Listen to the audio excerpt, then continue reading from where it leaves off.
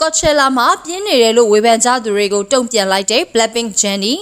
Jennie ဟာ Coachella ဖျော်ဖြေပွဲကြီးမှာနှစ်ပတ်လုံးပါဝင်သီဆိုဖျော်ဖြေခဲ့ပြီးဝေဖန်မှုတွေခံနေရပါတယ်။ Netizen တွေက Jennie ရဲ့ပထမအပတ်ဖျော်ဖြေမှုဟာစင်ပေါ်မှာအားမပါသလို live ပေါ်ကလည်းရော့တိရော်ရဲဖြစ်နေတယ်ဆိုပြီးပြစ်တင်ဝေဖန်နေကြတာပါ။ဒါတွေကို Jennie ကဒုတိယပတ်ဖျော်ဖြေမှုတွေနဲ့အားလုံးခြေဖြတ်လိုက်ပါတယ်။ Blackpink အကြောင်းကိုကောင်းကောင်းသိတဲ့ပရိသတ်က Jennie ဟာဒီတစ်ခေါက်ဖျော်ဖြေမှုမှာ haters တွေအားလုံးကိုတောက်ချပစ်မယ်ဆိုတာကြိုတင်သိရှိနေကြပြီးသားပါ။ဒါကြောင့်လည်း Jennie ရဲ့ energy အပြည့်နဲ့တီဆိုဖျော်ဖြေနေတဲ့ week 2ကဗီဒီယိုတွေကို social media မှာပြန်လည်မျှဝေနေကြပြီး Jennie ရဲ့သက်လုံကောင်းမှုကအပြစ်ပြောစရာမရှိကြောင်းဖျော်ဖြေမှုကလည်း110%လောက်အထိကိုပြည့်စုံကြောင်းချီကျူးမဆုံးဖြစ်နေကြပါတယ်။ Netizen တွေက Jennie ရဲ့ live vocal ကိုလည်းသဘောကျကြောင်းပြောဆိုနေကြပါတယ်။ Reddit မှာ Netizen တွေက Jennie ဟာသူ့ရဲ့ဖျော်ဖြေမှုကိုဘလို့အရှိန်မြင့်လိုက်တယ်လဲဆိုတာပြောမဆုံးတဲ့အကြောင်းအရာတစ်ခုဖြစ်လာပါတယ်။ Coachella Reddit မှာဆိုရင်လည်း K-pop ပရိသတ်မဟုတ်ကြသူတွေကပါ Jennie အကြောင်းဝင်ရောက်ဆွေးနွေးနေကြပြီးအကောင့်ဘက်ကမှတ်ချက်တွေရေးသားနေကြပါတယ်။တစ်ချိန်တည်းမှာပဲပထမအပတ်ဖျော်ဖြေမှုတုန်းကပရိသတ်အားပေးမှုမရှိဘူးဆိုပြီးဝေဖန်မှုတွေခံခဲ့ရတဲ့ Hyphen ကလည်း week 2မှာ